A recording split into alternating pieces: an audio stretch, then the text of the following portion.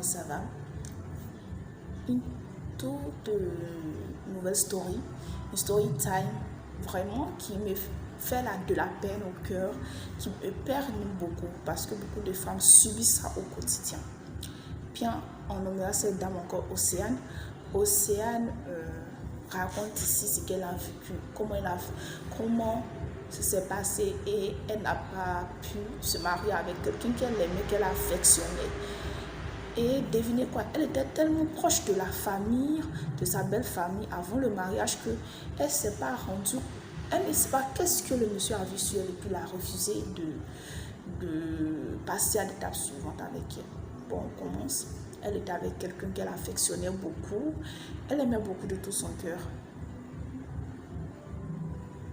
Et elle se donnait à fond. Elle était, quand il dit normale, elle était elle-même au fait dans la relation. Elle se donnait, puisqu'elle est gentille, le monsieur se donnait, c'était cool.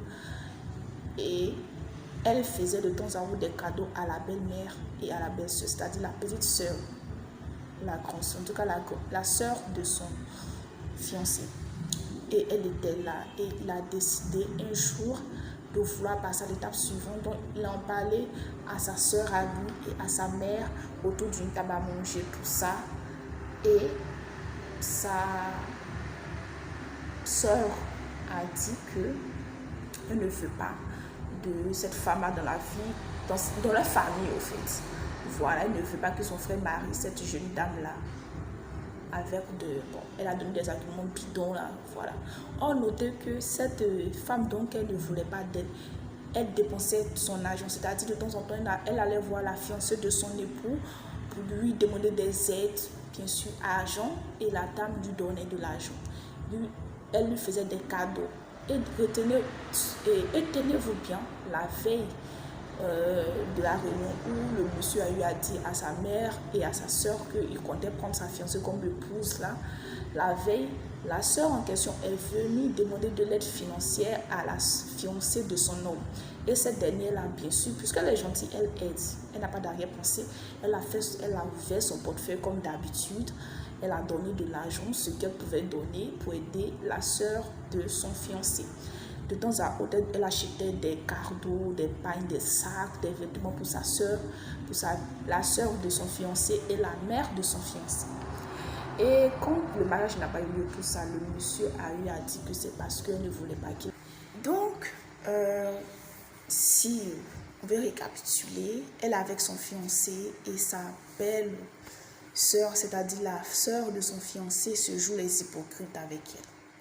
C'est-à-dire la soeur de son fiancé joue les hypocrites, sa belle-mère aussi joue les hypocrites. Bon, elles sont pas encore c'est belle parce qu'elles sont pas encore mariées. La mère de son fiancé et la soeur de son fiancé l'aiment pas. Mais elle profite de ses largesses, ses cadeaux, ses relations.